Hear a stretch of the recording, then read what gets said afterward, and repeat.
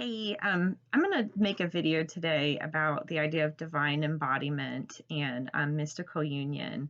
And I'm specifically going to be looking at the Christian experience, but the experience of mystical union kind of occurs just across all mystical sects, belief systems, etc. And it's been written about, experienced, studied for literally thousands of years. So it's an incredibly interesting topic. And I'm going to try to treat this topic with respect. I don't want to just be gawking at certain things. So I'm going to do my best here.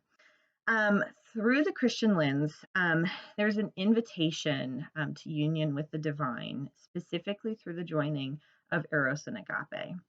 We often understand Eros to be this unbridled, wild sexual passion that's experienced between human beings, but it has more noble, creative, and divine, and also universal aspects. And specifically, when it is joined with agape, it begins to represent divine love. And so, agape is usually reserved for the love for a neighbor, a love for God or from God, a love from your parents, etc. In the Catholic tradition, agape is seen sort of as a supernatural love. Um, and so Catholicism has this focus on a theology of the body, which is very interesting. And to use somebody as an example, Pope John Paul II sort of really fleshed this out with his theology of the body, which is over 100 lectures on sacred sexuality. And so most of this really revolves around the idea of a heterosexual marriage and celibacy in the traditional sense that we understand it. But it also has information on the church as a whole, being the bride of Christ. And so there's a lot of mystical stuff to unpack there. And then, kind of on the flip side, in Gnosticism, the divine marriage is something that occurs at sexual union and really has nothing to do with any sort of legal marriage. And similarly, the ideas of chastity and celibacy here are very different as well. It's worth noting that this kind of relates back to the Hermetic principles that I bring up in these videos. And this one being that there's a masculine feminine polarity. And that also is there are masculine and feminine aspects in every human being. So that's like how you see in alchemical illustrations, you would see two heads on one body with male and female aspects represented. So interesting stuff there as well. Back to Pope John Paul. So he draws inspiration from mystics like St. John of the Cross and Theresa of Avila, where the lines are very blurred between what we often view as a divine vision and then true ecstatic embodiment that they experienced. And so it's worth noting here that encounters with the divine through the Hebrew Bible are dangerous, they are deadly, they are like being whipped by a furious whirlwind, they are overwhelming, all encompassing. So kind of just to add a bit of further context there. And so back to John and Theresa, they both had very sexual encounters with the divine. And so from the spiritual canticle of St. John, I'll read this. Appear here at my side, come and consume me in a blaze of grace. Look at love's invalid, heart sick, a failing case. Only one chance of comfort, face to face. This work is a poem that's just full of bride and bridegroom imagery, featuring a bridal chamber, burning love, burning passion. It's very interesting. You should read it if you have time. Similarly, Theresa of Avila has a vision of an angel with a flaming spear, thrusting it through her body and basically pulling out her insides. And she describes it as just simultaneous ecstasy and agony. And so there's a beautiful sculpture called, what is it called? The Passion of Theresa, something along those lines. It's worth looking up because I think it so beautifully captures this experience that she wrote about. And so to read from her experience, she describes as such: when he drew out the spear, he seemed to be drawing them with it, leaving me, and them is her entrails, leaving me all on fire with a wondrous love for God. The pain was so great that it caused me to utter several moans, and yet so exceedingly sweet is this greatest of pains that it is impossible to desire to be rid of it, or for the soul to be content with less than God. And so I'm going to read another piece to you from the Archive for Research in Archetypal Symbolism, which I think pretty succinctly sums up the mystic tradition as we understand it. The symbolism of bridal mysticism is found already in early Gnostic forms of Christianity, where the central sacrament is called the bridal chamber. There, the feminine soul of the Gnostic unites with the masculine spirit and is in this way spiritualized, that is, liberated from the limitations of mundane existence.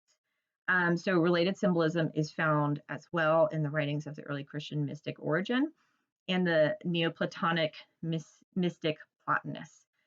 These three forms of mysticism are related and serve as the foundation for the history of mysticism in Christianity.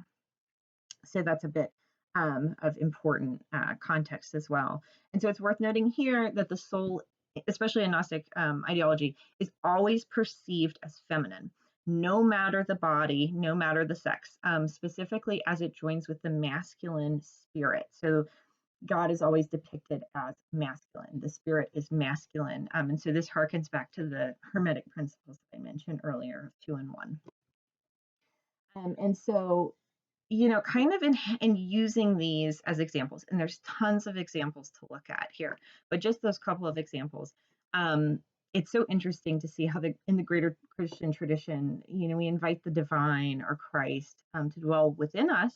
We specifically ask that in prayer, but it's keeping the divine at arm's length, or it's ignoring a large part of it and a large part of the experience. It's almost as if we are ignorant of the fact that the universe is generated through sexual energy and procreation and co-creation.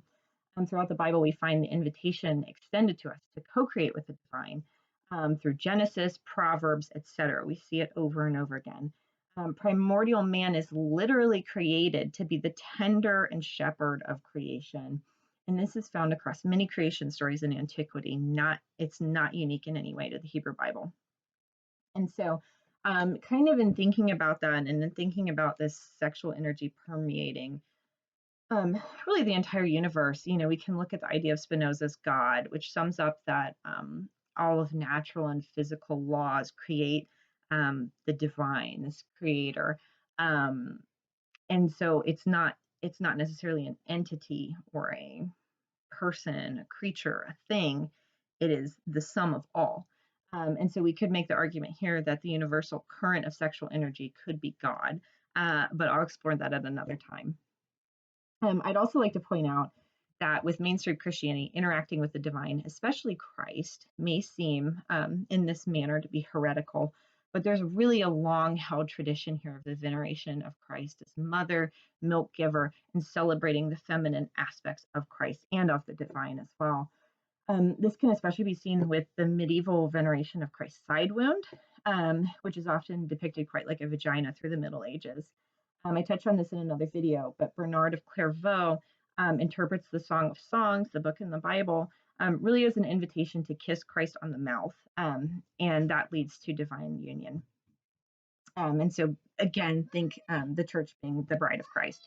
Additionally, you find in this imagery to an extreme with 18th to 19th century Moravians and also Catherine of Siena. So both of these experiences and traditions are almost vampiric and involve sucking from the wound or crawling within the wound to basically enter Christ's wound. And so in entertaining the idea of divine embodiment and allowing both Eros and Agape to co-join, there you have the experience of God. Many religions have taught this, mystics have described it, saints have experienced it. This is wisdom through the ages over literally thousands of years. And so to sum this up, I'm going to share a quote from The Cloud of Unknowing written by an anonymous medieval author. The nature of love is that it shares everything. Love Jesus and everything he has is yours. He may perhaps send out a shaft of spiritual light, which pierces this cloud of unknowing between you and show you some of his secrets. Then will you feel your affection flame with the fire of his love, far more than I can possibly say now. Sums it up perfect. All right, thanks for listening.